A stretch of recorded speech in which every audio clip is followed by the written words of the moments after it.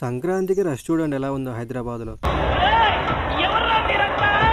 సంక్రాంతికి హాలిడేస్ వచ్చాయి, ఇంటికి వెళ్తున్నాం అనే హ్యాపీనెస్ కంటే ఇంటికి ఎలా వెళ్ళాలనే టెన్షనే ఎక్కువైంది. నేనైతే నిన్న ఆఫ్టర్నూన్ 2కి దిల్సుఖ్ నగర్ బస్ స్టాప్కి అయితే వచ్చాను అనమాట ఇంటికి వెళ్ళడానికి. క్రౌడ్ అయితే మొత్తం చాలా ఎక్కువ మంది ఉన్నారు, బస్సులేమో చాలా తక్కువ ఉన్నాయి. ఆల్మోస్ట్ 2.5 hours వెయిట్ చేసిన తర్వాత ఒక పల్లె వెలుగు బస్సు అయితే వచ్చింది. దీనికేమో ఎక్స్ప్రెస్ అని బోర్డు పెట్టారు. సర్లే ఏదో ఒకటి ఇంటికి వెళ్ళడం ముఖ్యం అని చెప్పేసి ఎక్కేసా, ఎందుకంటే వెయిట్ చేసి ఇది కూడా దొరకదు. ఇక ఛార్జెస్ ఏమో డబుల్ ఛార్జెస్ వసూలు చేస్తున్నారనమాట. లేడీస్కి ఏమో ఫ్రీ తెలంగాణలో. బస్సులు అయితే చాలా దారుణంగా ఉన్నాయి, ఇవన్నీ లోకల్ సిటీ బస్సులు అనమాట.